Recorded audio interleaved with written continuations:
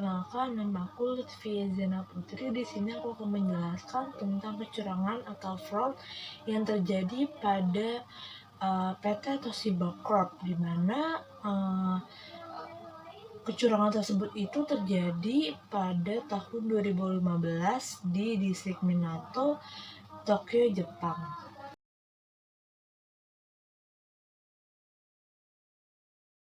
Modus operandi dari kecurangan tersebut.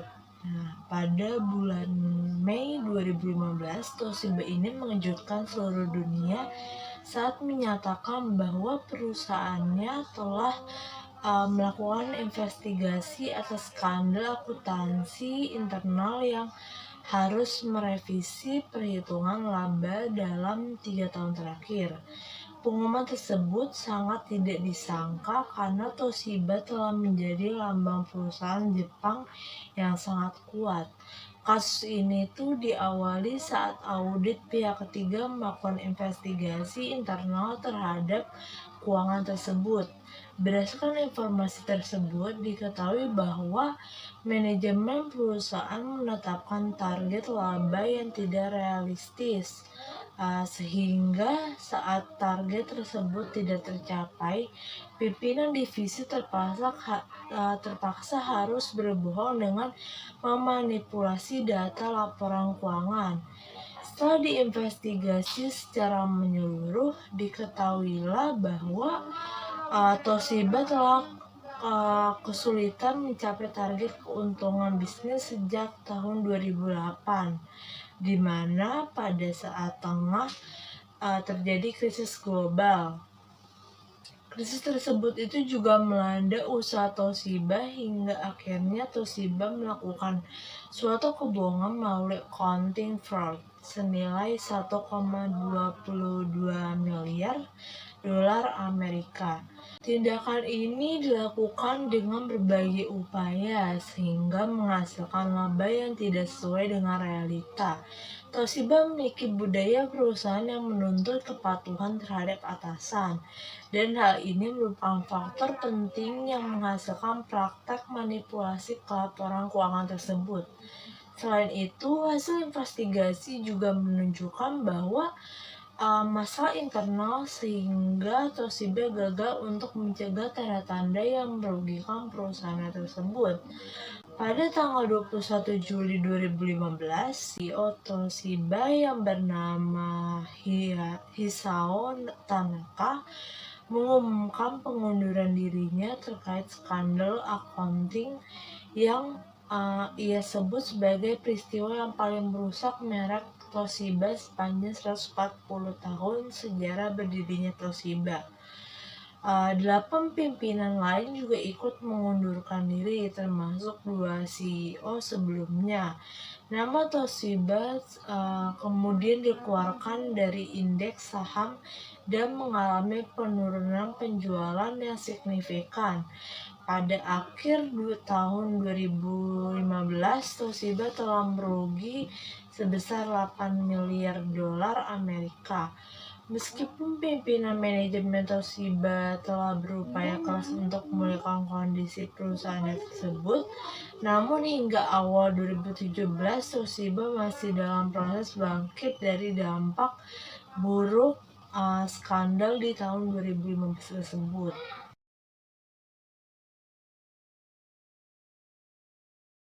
Dampak atau akibat dari kecurangan tersebut. Nah, yang pertama itu CEO Toshiba sebelumnya, yakni Hisao Tanaka ini mengundurkan diri dari jabatannya. Sebelumnya eksekusi Toshiba termasuk wakil ketua Norio Sasaka dan mantan ketua komite audit Makoto Kubo juga dikabarkan telah menghengkang dari perusahaan tersebut. Yang kedua itu sanksi administrasi kepada auditor eksternal Toshiba Corp, yaitu Ernst & Young Shin Nihon, berupa larangan untuk menerima perikatan baru selama 3 bulan sejak 1 Januari 2016. hingga tanggal 31 Maret 2016. Sanksi ini dikarenakan kelalaian Ernst dan Young terhadap laporan keuangan Toshiba Corp tahun 2009, 2011, dan 2012. Untuk tahun berakhir 31 Maret 2010, 2012, dan 2013. Kelalaian yang dimaksud adalah laporan keuangan tersebut mengandung salah saji material, namun Ernst dan Young menganggap laporan keuangan tersebut tidak mengandung salah saji material. Oleh karena itu, mereka diberikan sanksi administrasi. Selanjutnya adalah dijatuhi denda senilai 300-400 miliar yen. 10 tahun terakhir Toshiba telah menutup 6 perusahaannya di Indonesia. Karyawan Toshiba tersebut juga terancam menganggur hampir sejumlah 900 orang.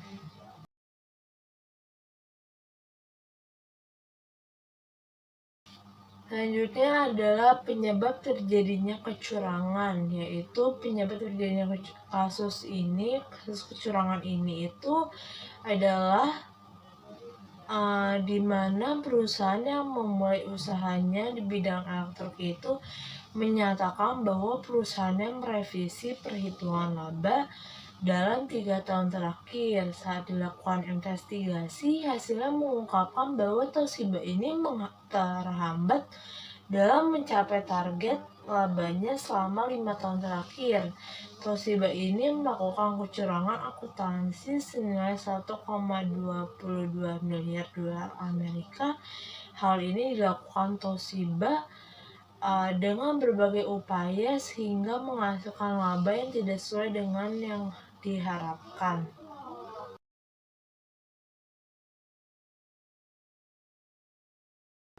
Selanjutnya adalah bagaimana cara untuk mencegah terjadinya hal serupa di masa depan. Yang pertama itu kita menggunakan software yang akuntabel, di mana software ini akan membantu perusahaan mengatasi masalah akuntansi atau pembukuan perusahaan termasuk laporan keuangan. Selain itu, dengan menggunakan software bisa jadi kemungkinan akuntansi berbuat curang pasti akan lebih kecil. Misalkan pihak akuntansi yang mencurangi neraca menjadi rugi, padahal posisi perusahaan tersebut sedang laba. Tentu saja hal ini tidak mungkin bisa terjadi. Laporan keuangan yang dikeluarkan adalah otomatis, jadi tidak mudah untuk diotak-atik sembarangan. Yang kedua adalah memperketat pelaksanaan SOP. Hal ini juga bisa dicegah dengan memperketat pelaksanaan SOP, di mana masih sering didapati jika SOP dianggap hanya sebatas aturan teoritis sehingga diabaikan. Untuk itu perusahaan perlu memperketat SOP untuk karyawan tersebut. Mungkin dengan cara memberikan reward atau hukuman. Yang selanjutnya itu ada menyediakan sistem pengendalian internal, di mana perusahaan juga harus menyediakan sistem pengendalian internal yang jelas, dimulai dari penetapan tugas dan otoritas masing-masing karyawan. Ini berguna supaya tidak ada kesalahpahaman dalam menjalankan tugas dan mengurangi penyalahgunaan otoritas. Selanjutnya ada menjalankan proses komunikasi akuntansi yang baik, di mana pastikan untuk selalu mengotoritasi sistem akuntansi pada perusahaan dengan sebaik-baiknya. Hal ini diwujudkan dengan melakukan penyusunan dokumen akuntansi secara lengkap, kemudian mengklasifikasikannya dan melaporkan pada periode yang tepat. Selanjutnya ada memiliki standar prosedur pengendali internal. Tidak hanya sebatas punya sistem pengendali internal saja, namun perusahaan juga harus memiliki standar prosedur yang jelas tentang hal tersebut. Dengan begitu akan mempermudah pengaturan perilaku karyawan, terutama bagian akuntansi, untuk berperilaku sesuai visi dan misi perusahaan. Ada beberapa standar yang umum diberlakukan, misalkan pemisahan tugas, menegakkan sistem otorisasi, melakukan pengecekan secara berkelanjutan, dan sebagainya. Selanjutnya adalah mengadakan audit secara proaktif. Semua lini bisnis, tidak hanya skala kecil dan besar, semua berpotensi untuk mengalami tindak kecurangan, terutama dalam hal pelaporan keuangan. Maka dari itu, audit sangat penting untuk dilakukan. Paling tidak dijadwalkan audit minimal 1 hingga 2 bulan sekali. Ini akan membuat karyawan bekerja lebih jujur, berhati-hati, dan lebih optimal. Yang terakhir adalah memberikan saluran komunikasi khusus pelaporan tindak kecurangan. Banyak sekali kejadian di mana ada pihak yang mengetahui ada kecurangan namun merasa takut untuk melaporkannya bila bisa karena diancam atau tidak tahu harus melapor kepada siapa. Untuk itu, perusahaan perlu ada wadah komunikasi khusus yang fungsinya untuk media pelaporan tindak kecurangan, bisa dengan membuat line telepon atau surel yang mana pengirimannya nanti tidak perlu menyebutkan nama alias anonim. Dengan begitu, kerahasiaan data pelapor dapat terjaga dengan baik.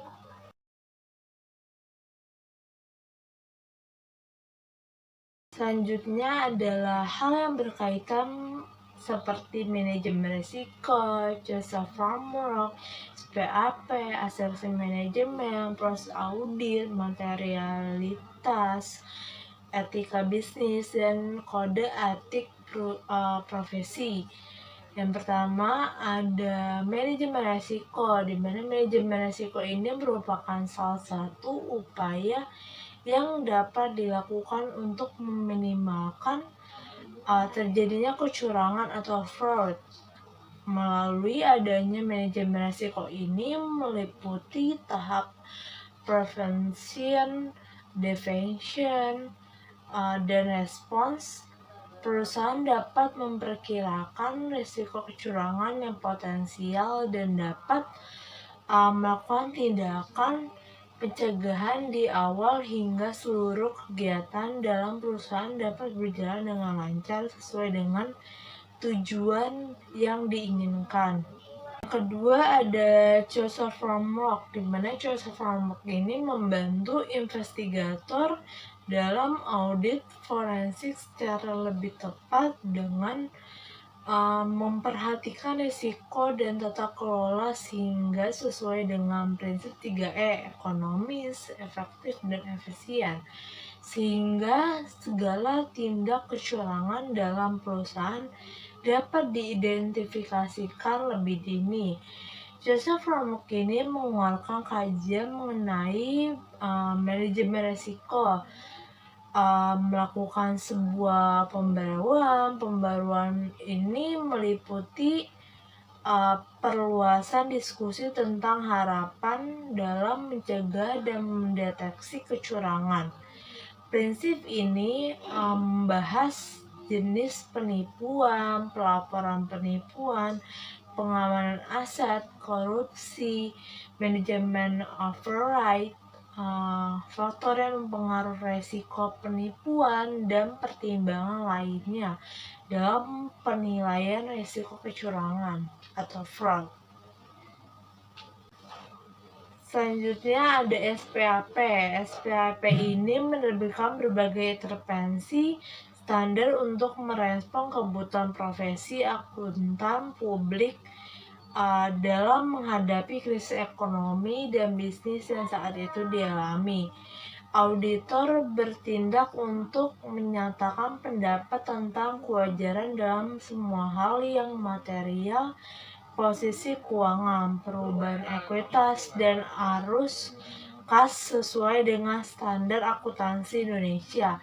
SPAP ini menuntut auditor harus mempunyai sikap yang independen dalam melaksanakan setiap pekerjaannya, di samping mempunyai integritas yang merupakan kualitas yang dapat menimbulkan kepercayaan masyarakat dan memberikan tatanan nilai bagi jasa auditor, dan serta objektivitas yang merupakan suatu keyakinan atas kualitas dalam memberikan nilai bagi jasa auditor.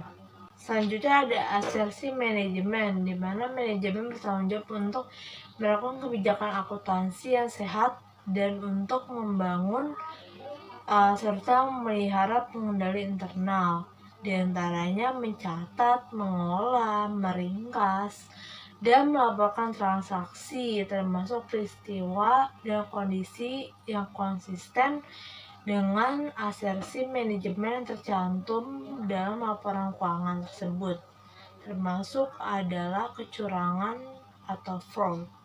Selanjutnya ada proses audit. Pada proses audit ini terhadap laporan keuangan yang tujuannya memberikan opini atas kewajaran penyajian laporan keuangan. Fungsi bukti audit adalah untuk mendukung keyakinan auditor dalam memberikan pernyataan pendapat pada audit investigasi terhadap kecurangan, di samping untuk mendukung kesimpulan audit dan rekomendasi.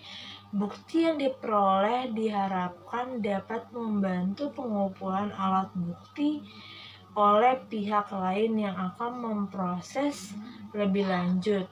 Bukti audit yang dikumpulkan oleh auditor harus mencukupi, kompeten, dan relevan. Bukti audit tersebut kompeten jika bukti tersebut itu sah dan dapat diandalkan untuk menjamin kesesuaian dengan faktanya. Bukti yang sah adalah bukti yang memenuhi persyaratan hukum dan peraturan perundang-undangan. Selanjutnya ada materialitas. Ketika kita melakukan suatu audit, tentu kita dapat memeriksa keseluruhan transaksi yang terjadi, karena pada dasarnya kita memberikan suatu keyakinan atau responsible assurance atas kesalahan saji yang mungkin terjadi maupun kelemahan pengendali internal yang ada di manajemen. Kesalahan saji ini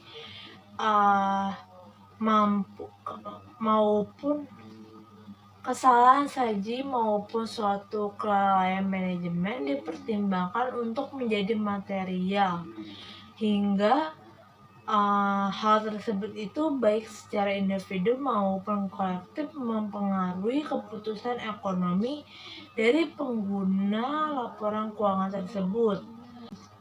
Selanjutnya ada etika bisnis. Tidak ada aturan yang tetap dan tampak kecuali dapat ditetapkan sebagai ketentuan dalam mendefinisikan kecurangan atau fraud, sehingga kecurangan tersebut merupakan suatu yang disebabkan oleh keinginan seseorang yang teraplikasikan dalam bentuk perilakunya untuk melakukan suatu tindakan yang menyalahi aturan tersebut.